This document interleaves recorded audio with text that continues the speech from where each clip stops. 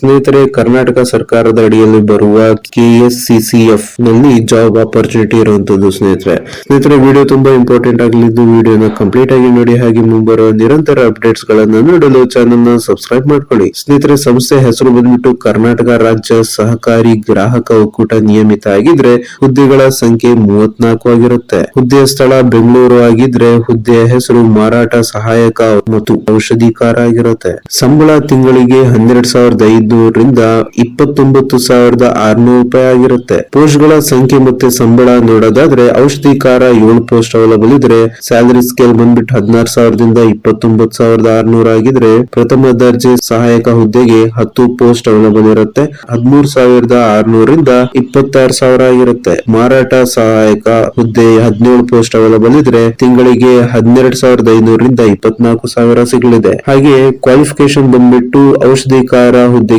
ಫಾರ್ಮಸಿಯಲ್ಲಿ diploma ಆಗಿರ್ಬೇಕು. ಪ್ರಥಮ ದರ್ಜೆ ಸಹಾಯಕ ಹುದ್ದೆಗೆ ಪದವಿ ಆಗಿರಬೇಕು. ಮಾರಾಟ ಸಹಾಯಕ ಹುದ್ದೆಗೆ 12ನೇ ತರಗತಿ ಅಥವಾ PUC ಪಾಸ್ ಆಗಿರಬೇಕು ಅಂತ ಹೇಳಿ ಕೊಟ್ಟಿದ್ದಾರೆ ಸ್ನೇಹಿತರೆ. ಹಾಗೆ ವಯಸ್ಸಿನ ಮಿತಿ ಕೂಡ ಕೊಟ್ಟಿದ್ದಾರೆ. ಕನಿಷ್ಠ 18 ವರ್ಷ ಆಗಿದ್ರೆ ಗರಿಷ್ಠ 35 ವರ್ಷ ವಯಸ್ಸಿನ ಮಿತಿ ಆಗಿರುತ್ತೆ.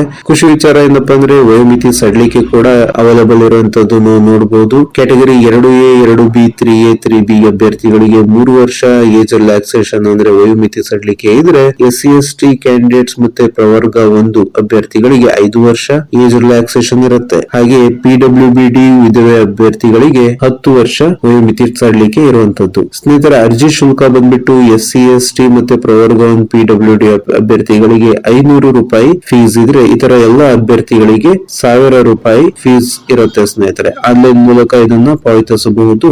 ಆಯ್ಕೆ ಪ್ರಕ್ರಿಯೆ ನೋಡೋದಾದ್ರೆ ಲಿಖಿತ ಪರೀಕ್ಷೆ ಮತ್ತೆ ಸಂದರ್ಶನದ ಮೂಲಕ ಆಯ್ಕೆ ಪ್ರಕ್ರಿಯೆಯನ್ನು ಮಾಡಲಾಗುತ್ತೆ ಸ್ನೇಹಿತರೆ ಈ ಒಂದು ಹುದ್ದೆಗೆ ಅರ್ಜಿ ಸಲ್ಲಿಸಲು ಆನ್ಲೈನ್ ಮೂಲಕ ಅರ್ಜಿ ಸಲ್ಲಿಸಬೇಕಾಗತ್ತೆ ಅಂತ ಹೇಳಿ ಕೊಟ್ಟಿದ್ದಾರೆ. ಡಾಕ್ಯುಮೆಂಟ್ಸ್ ಬಂದ್ಬಿಟ್ಟು ಎಲ್ಲಾ ಶೈಕ್ಷಣಿಕ ಅರ್ಹತೆಯ ಮಾರ್ಕ್ಸ್ ಕಾರ್ಡ್ ಗಳು ಹಾಗೆ ID ಪ್ರೂಫ್ ಗಳು, ಮೊಬೈಲ್ ನಂಬರ್, ಇಮೇಲ್ ID ಸರಿಯಾಗಿ ನಮೂದು ಮಾಡಬೇಕು ಅಂತ ಹೇಳಿ ಮೆನ್ಷನ್ ಮಾಡಿರುವಂತದ್ದು. ಹಾಗೆ ಸಂಬಂಧಪಟ್ಟ ಎಲ್ಲಾ ಪ್ರಮಾಣ ಪತ್ರಗಳು ಕೂಡ ಅಪ್ಲಿಕೇಶನ್ ಸಬ್ಮಿಟ್ ಮಾಡೋದಕ್ಕೆ ಬೇಕಾಗತ್ತೆ ಸ್ನೇಹಿತರೆ ಪ್ರಮುಖ ದಿನಾಂಕಗಳು ನೋಡೋದಾದ್ರೆ ಆನ್ಲೈನ್ ನಲ್ಲಿ ಅರ್ಜಿ ಸಲ್ಲಿಸಲು ಪ್ರಾರಂಭ ದಿನಾಂಕ 16/8/2025 ಆಗಿದ್ರೆ ಅರ್ಜಿ ಸಲ್ಲಿಸಲು ಮತ್ತು ಶುಲ್ಕ ಪಾವತಿ ಮಾಡಲು ಕೊನೆಯ ದಿನಾಂಕ 14 ಸೆಪ್ಟೆಂಬರ್ 2025 ಆಗಿರುತ್ತೆ. ಸ್ನೇಹಿತರೆ ಇದಕ್ಕೆ ಸಂಬಂಧಪಟ್ಟಂತೆ ವೆಬ್ಸೈಟ್ ಅಡ್ರೆಸ್, ನೋಟಿಫಿಕೇಶನ್ ಮತ್ತೆ ಸ್ಟಡಿ ಮೆಟೀರಿಯಲ್ ವಿಡಿಯೋ ಡಿಸ್ಕ್ರಿಪ್ಷನ್ ಅಲ್ಲಿ ಕೊಟ್ಟಿರ್ತೀನಿ. ಯಾರೆಲ್ಲ ಆಸಕ್ತರಿದ್ದೀರಾ, ಅರ್ಹರಿದ್ದೀರಾ ಕೊಟ್ಟಿರುವಂತಹ ವೆಬ್ಸೈಟ್ ಮೂಲಕ ಈ ಜಾಬಿಗೆ ಅರ್ಜಿ ಸಲ್ಲಿಸಬಹುದಾಗಿರುತ್ತೆ ಸ್ನೇಹಿತರೆ ಕೊಟ್ಟಿರುವಂತಹ ಮಾಹಿತಿ ಹೆಲ್ಪ್ಫುಲ್ ಆಗಿದೆ, ಇನ್ಫಾರ್ಮೇಟಿವ್ ಆಗಿದೆ ಅಂತ ಅನ್ಕೊಳ್ತೀನಿ. ವಿಡಿಯೋ ಇಷ್ಟ ಆದ್ರೆ ಲೈಕ್ ಮಾಡಿ, ಶೇರ್ ಮಾಡಿ, ಸಬ್ಸ್ಕ್ರೈಬ್ ಮಾಡಿ. Thank you. ಜೈ ಹಿಂದ್.